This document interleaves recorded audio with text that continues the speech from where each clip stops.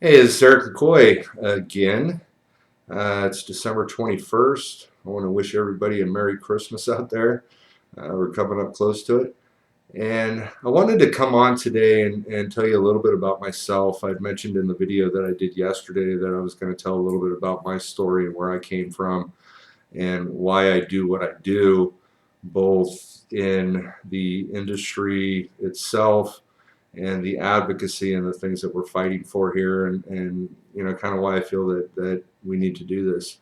I hope that all the people that I've had been in contact with this and all the advocates and everybody out there fighting that I don't upset anybody by my story, because I know there's a lot of fight between people like me that either own facilities or work in facilities, either shouldn't be doing it because of their past or things of that nature. So again, I want to tell a little bit about my story, and I want to tell everybody why I do this. Um, I've been doing this 15 years. I've been working in the industry. I have been a house manager. I've been a case manager. I've been a counselor. I've been a program director. I've been an executive director. I've been compliance director. Almost every component, of the industry, including clinical director and things of that nature. So I have a lot of experience in this industry. I've worked with a lot of people. I've helped a lot of people, and I've had an enormous amount of success in the way that I teach people and I treat people and I work with people. And so I wanted to again share my story and kind of tell everybody a little bit, about where I came from. One of the things that I've been reading a lot in the paper is that we have these ex-cons, or we have these ex-drug addicts, that open up facilities, and that's the problem. That's not the problem, right? The problem has to do with greed. And whether you're an ex-con or you're a doctor or you're a businessman that jumped into this industry because all of a sudden you see, hey, I can make a ton of money, that's the greed. And it really doesn't have anything to do with who it is, because we're seeing it in all different avenues. It's not just the ex-drug addicts or the convicted felons. And so I wanted to share a little bit about my story. I am an ex-con. I am an ex-drug addict. And again, I wanted to throw that out there and tell everybody that. I have very strong ethics. I have very strong morals. I have very strong values. And I believe that we, as in this industry, need to always be looking out for the best interest of every client that comes through the door. We need to look at every client as an individual, and we need to work with each individual client. We need to figure out what their goals are, what their problems are, and help them. Right? That, unfortunately, is not what's happening in this industry. It's all about money. It's all about greed. And I'll tell you a little bit about some of the things that are happening in this industry related to like medical malpractice, in a sense. And so I wanted to tell everybody my story a little bit and tell you guys where I came from. When I was a kid growing up, I didn't want to feel the way I felt. I wanted to feel something different. When we're growing up, we really don't know what we're doing. We're pretty dumb, even though we feel like we know everything. And for me, just like a lot of people out there, it started with smoking weed, moved up to drinking, and then from there, it stepped up to even stronger, more addictive substances that become very problematic. And for everybody out there, just so everybody knows, alcohol is by far the most dangerous drug out there. When we look at physiological effects, we understand alcohol is probably by far the most dangerous drug out there. It's socially acceptable. It's legal. A lot of people do it, and people, it's a socially acceptable thing. Meth, coke, heroin, they're not socially acceptable, and just like any of them, they are dangerous, and they do kill people. So I'm not justifying any of that, but I just always like to throw that out. Um, and So kind of as I moved up, when I was prior to even turning 18, I was arrested 3 times for doing very stupid, dumb things. that you kind of think you're cool, you do things, and unfortunately, I got arrested, and so that was kind of something that obviously affected me a little bit negatively. Um, as I became adult, I was arrested 5 or 6 more times during my adult life. Most of them were pretty much all drug and alcohol related to one way, shape, or form. 2001, I was arrested 4 times in 6 months. I was looking at 15 years in prison. I had that crime bail, crime, scenario, and the problem with the crime bail crime is you're looking at a 2-year enhancement plus whatever you get for whatever the offenses that you committed. A lot of them were related to sales charges, transportation, DUI, multiple possession charges, and they just kind of kept stacking up.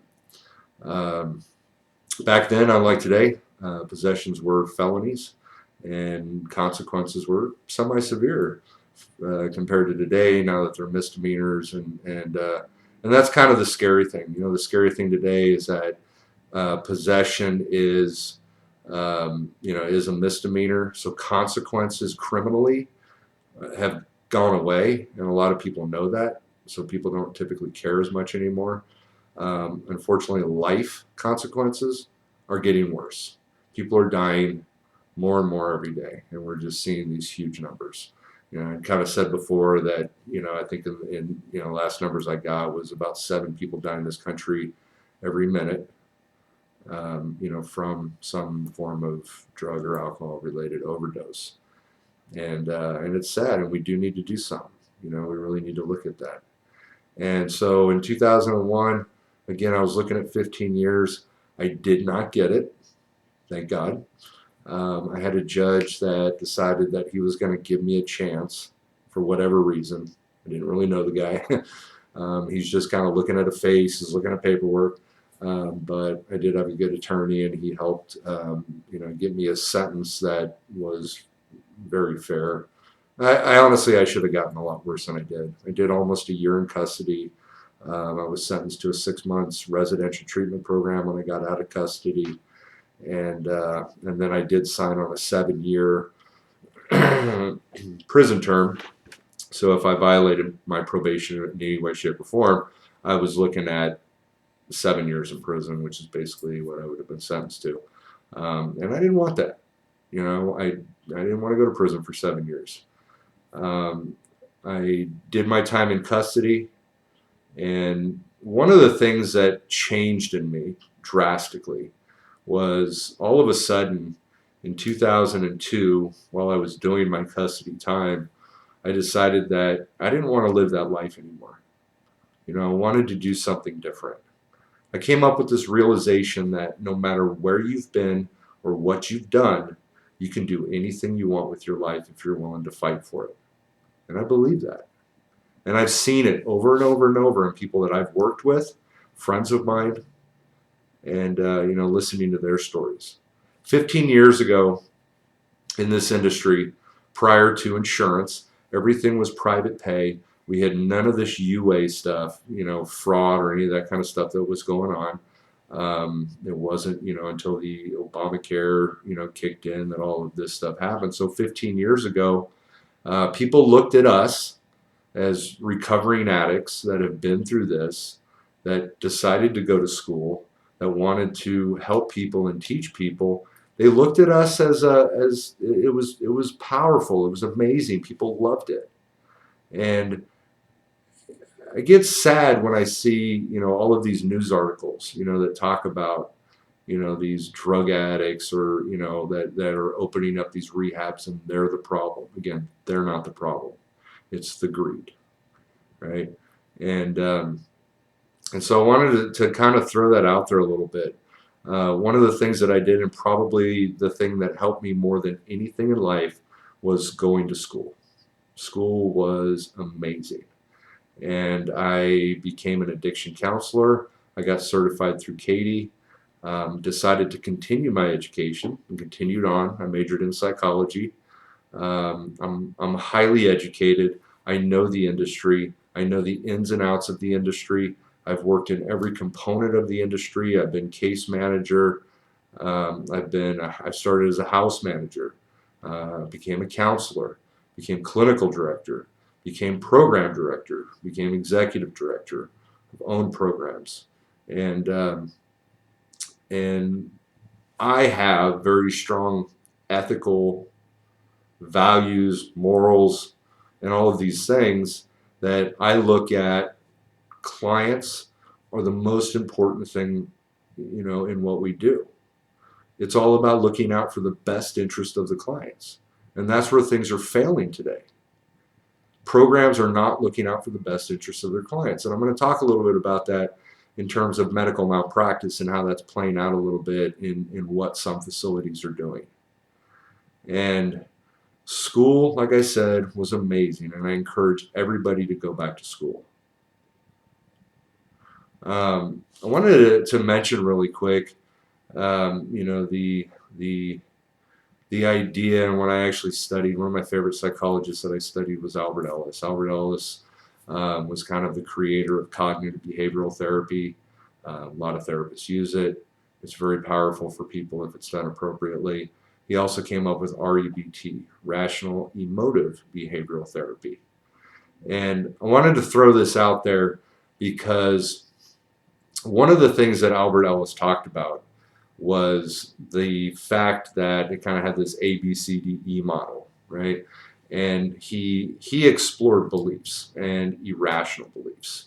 And when people have irrational beliefs about things, right, it causes some form of consequence, right? And they talk about, the A would be the activating event. So if I was to look at, okay, things that make me angry, right? And I am kind of a little bit, angry in this scenario, and I want to explain that a little bit in terms of how us ex-cons or us ex-drug addicts are the problem. We're not the problem, okay? The problem is what the people are doing. Again, it's not just drug addicts, not just ex-cons, doctors, businessmen, lawyers open up rehabs. It comes down to greed. And so Albert Ellis talked about these beliefs, and he actually came up with 12 core irrational beliefs that people typically have. And one of them being that because you did something in the past, it must continue on in the present, right? And it's not the case, okay? Because we may have been ex-drug addicts, we may have committed crimes, okay, doesn't mean that we're going to continue doing that. And I don't do any of those things. And I wanted to explain that, and I wanted to let everybody know that there are good people out there that have had horrible pasts in terms of doing bad things that don't have to continue doing that today. And so my story, went from, like I said, being a case manager, I became a counselor. I've worked with hundreds of people over the years. And I've had a lot of success in working with people. And there's a lot of different reasons why. And one of those is the fact that I treat every single person that I work with as an individual. And while I'm with them, they're the most important person at that moment in time. We look at every single individual and we figure out what their needs are, and we make sure that those needs are met. All right? And I currently, and I want to say, I'm a part owner of a residential detox facility. We do residential and we do detox. We are a non-medical detox facility, which is, again, one of those big fights out there. And I wanted to explain a little bit where the problem lies. Okay? It doesn't have anything, it has everything to do with bringing the right people into the facility. We just got our Joint Commission accreditation, finished it up yesterday. My program is Grand Terrace Detox and Recovery, and one of the factors and one of the most important things that the Joint Commission looks at, and the whole start of the process, is the pre-admission assessment, making sure that you're bringing in the right person. Okay, And part of that assessment needs to look at, okay, what are you using? What substances are you using? Okay, serious alcoholics, people that have been drinking excessively in an enormous amount of time, should not be in a non-medical detox facility. I want everybody out there to understand that. Okay, they should be in an inpatient facility that there's constant nurses and doctors and they're being overseen over that period of time. Alcohol, sedative hypnotics, benzodiazepines, barbiturates. Okay, all of those substances really need to be looked at, and don't bring those people in to a non-medical detox facility. Non-medical detox means, okay, that there's going to be very limited medical services there. When we're talking about the withdrawals of alcohol or sedative hypnotics, right, there's that thing called DTs, delirium tremens. Okay, delirium tremens can kill people. Okay? It's not just the fact that these people come in, but then you have incompetent staff. Okay? You have staff that are not observing them enough. The state of California says that for the first 12 hours of somebody coming into a detox facility needs to be observed every 30 minutes. 30 minutes. 15 minutes sometimes. They need to be looked at. When we're talking about detox, right? Alcohol withdrawal, sedative hypnotic withdrawal can kill people. Their body temperature can rise to a point to where it fries their brain. They can go into seizures. They can have seizures, they can fall, they can crack their head open, all kinds of stuff, right? They can go to sleep, may never wake up. Okay?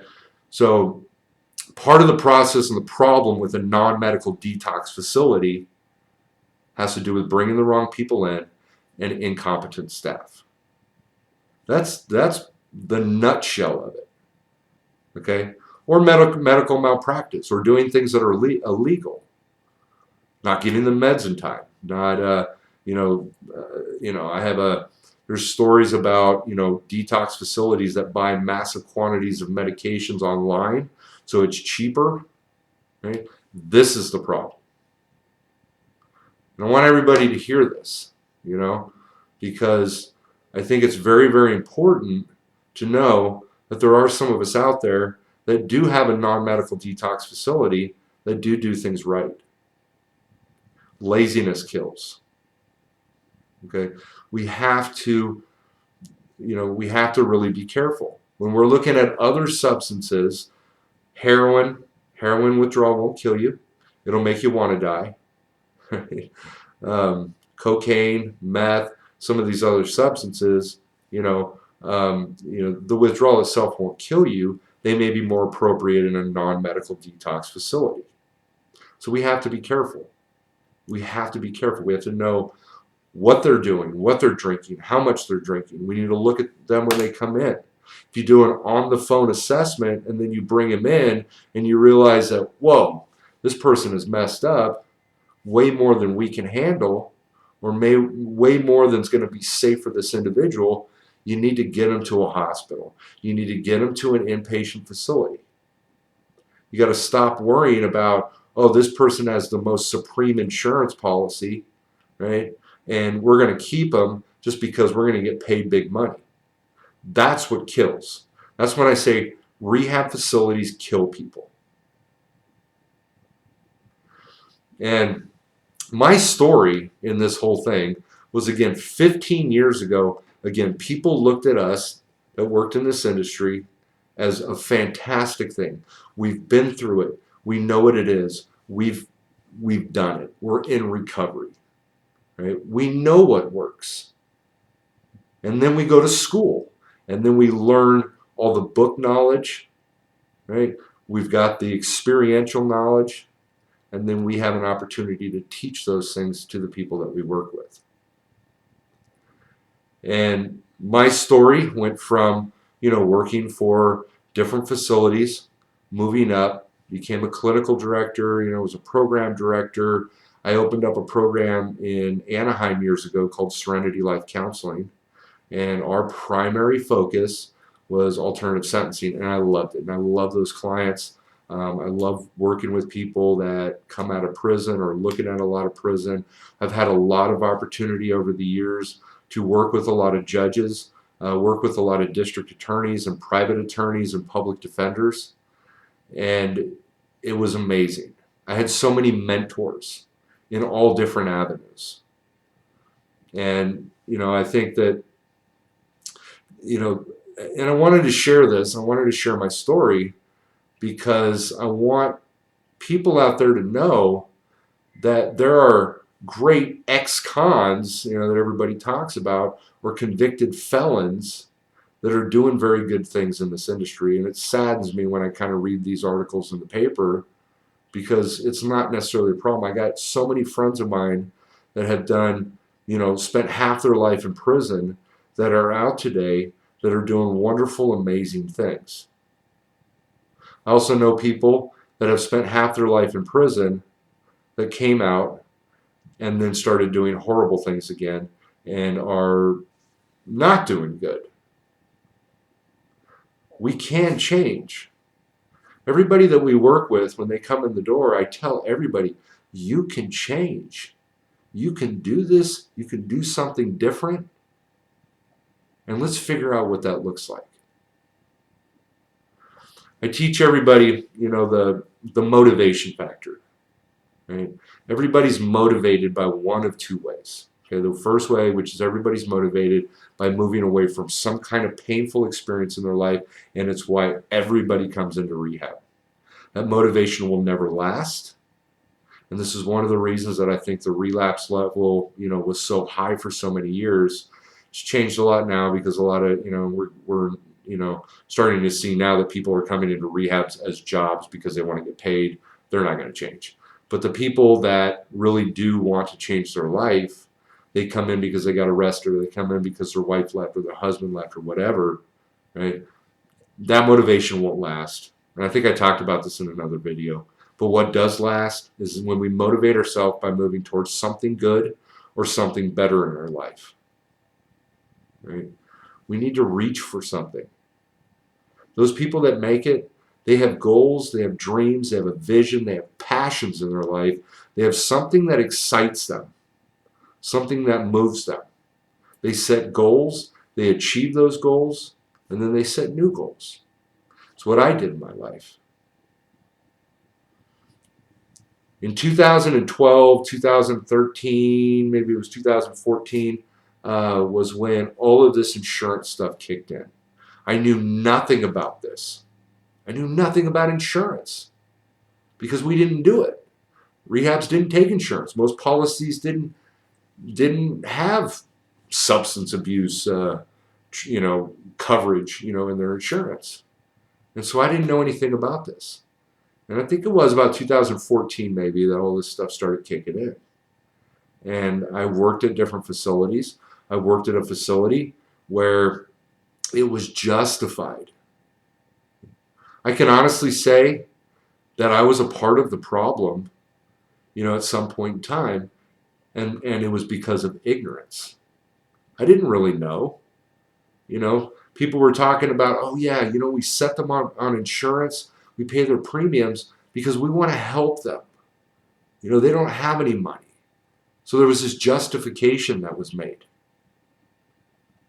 You had the people that were like, well, yeah, no, we give them money when they leave because we want to help them get back on their feet. At the time, I'm thinking like, wow, that's great. That's amazing. It's nice of you, But then I started looking into it, and I started researching it.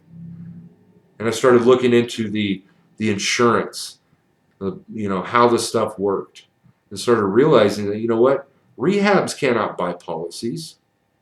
They cannot pay for premiums, and they cannot pay for clients that are coming in to the facilities. And the reason being is that people, especially with insurance, they need to have an opportunity to choose to where they want to go. If they're given paid incentives for doing this, right? That's where the problem lies. And that's one of the things that's killing people. right? Because people start realizing, hey, this is a job. I can make money doing this. I can go rehab to rehab to rehab, right? Make $2,000 per rehab, if that's what they're even getting paid, right? And that's where the problem lies. But I didn't know anything about this, and like I said, I researched it, was working for a facility, I was uncomfortable with it. I went to another facility, shady things were happening, things that we were looking at going like, I don't think this is right. And I started talking to different people and started seeing that, what, this is wrong. This is wrong what these places are doing. And I didn't want a part of it. What did I do? Well, I tried to reach out to different people. I tried to reach out to insurance companies. I've actually contacted numerous times. I've sent emails to insurance fraud departments. You know what? Nobody contacts me. Nobody gets back to me. I've contacted the state of California fraud department, sent emails, never gotten any response. And I kind of look at it like, whoa, nobody cares. Nobody cares. I started this nonprofit organization just a step away, and it's on a standstill because I can't get the police department to respond to me. I can't get anybody to respond to me. The facility that I was at, I left that facility and I met up with a guy that had great ideas. He was on the same page as me. We were not going to do any of the things that was going on in the industry. So we started up Grand Terrace Detox and Recovery, right? And you know what? We're struggling. We're struggling. Why? Because rehab facilities, everybody's doing it. You got to pay for clients. You have to pay per head. We're not doing it. We're not going to do that stuff. And we're struggling. And we're trying to figure out, what do we do? What's our game plan? What's our marketing strategy? What's the way to do this to where, we can stay in business? And I'm struggling with the figure out component to this whole thing, because I'm not going to do that stuff. And the sad part is that, I have a program here that is so individualized for people. Our success rate is just unbelievable. Okay? It's unbelievable. And the reason being is because we work with every single individual. Okay? We had insurance companies that are paying us pennies on the dollar, and we know it, right? But we keep them to make sure that they're going to succeed. I brought in numerous scholarship individuals, right? Because I have staff that are fantastic, that can work with people, that really have this passion to help people, and we've done great work. Our success rate is amazing. But I'm not willing to pay for clients. I'm not willing to pay for heads. Like I said in the first video I did, it's like buying slaves. I'm not going to do it. These are people. The Joint Commission came out and kind of laughed about it, but they were like, do you call them patients or do you call them clients? I call them people. They're people, One of the things that's happening, and I'd mentioned yesterday in the video in David's Facebook page on ethics, one guy had actually posted a thing regarding that he has seen, once insurance ends for people and they're not going to pay anymore, hit the road. Hit the road. And a guy posted that they had a discharge plan to where they were going to get discharged to this facility. It was an IOP program, right? Or a PHP with a sober living, something, I don't know. And in the thing, he talks about that they were going to discharge them Friday with Christmas coming up, and then they were going to have them come to his place on Monday, which is Christmas Day. Okay? Why wouldn't they keep them for the weekend? Why couldn't they just keep them over the weekend? Money. right? Insurance isn't going to pay for the days of the weekend. Why not keep them? What's it really going to kill you to keep them for 2 more days, 3 more days? And it's because they're not getting paid. They're not getting paid. Keep them. It's called medical malpractice. Excuse me. So I wanted to share a little bit about my story. I wanted to tell you a little bit about where I came from. Fortunately, I think I came from the day where, we were appreciated as people that have been through this and that have experienced this and that have, gone through, been arrested or the ex-cons or things like that, because we can help people. We know the story. We know it. I work with clients that they say things that I've said 1,000 times or I've heard 1,000,000 times from different people. And I also came from the day before insurance, before this whole, back when, it was all cash pay, all the UAs were done point of care cups, and so we didn't have all that, craziness and the stuff that we're seeing today. So I wanted to put myself out there. I wanted to share a little bit about my story. I wanted to tell everybody out there that we're not all bad. For those of us that are ex-cons or convicted felons, I'm a 7-time convicted felon, and 6 or 7, I don't know, somewhere around there, convicted felon. I could go today probably and have my stuff expunged, right? I've actually got friends of mine that are judges. A friend of mine that's a good friend of mine that's a judge in Orange County, and known him since 2010. We've really gotten close. He's really been a mentor to me. He always tells me, "Why don't you get your stuff expunged?" And I kind of think like, I don't know, it doesn't really matter, because I work in an industry that has never cared. Unless you're a sex offender or murderer or things of that nature, which I wasn't. I was a drug addict that got caught. Is basically what it came down to. And so, I want to thank everybody for watching. I hope this doesn't upset too many people. I keep, like I said, I just keep reading in the paper, the Orange County Register, regarding, these ex-cons are the problem and the convicted felons. Again, they're not the problem. It's not them that's the problem. It's their ethics, values, morals, and greed. That's what the problem is. And there are some of us that are good out here. And I hope everybody thinks about that. And I hope everybody listens to this and kind of takes note that some of us really do care. And I do have friends in this industry that still sit on that avenue. Us that have been through it, we are the experts. I've worked with a lot of therapists and different people over the years in this industry that don't understand. And they're probably some of the most codependent individuals out there. And that's not what the clients need. They don't need that codependency. They don't need that protection of feelings. It's not our job to protect their feelings. It's our job to work with them. It's our job to help them, and it's our job to be honest with them. And that's unfortunately what I don't see in a lot of therapists. I know, work with psychologists that are horrible. They don't know anything about it. I've worked with doctors that don't understand it.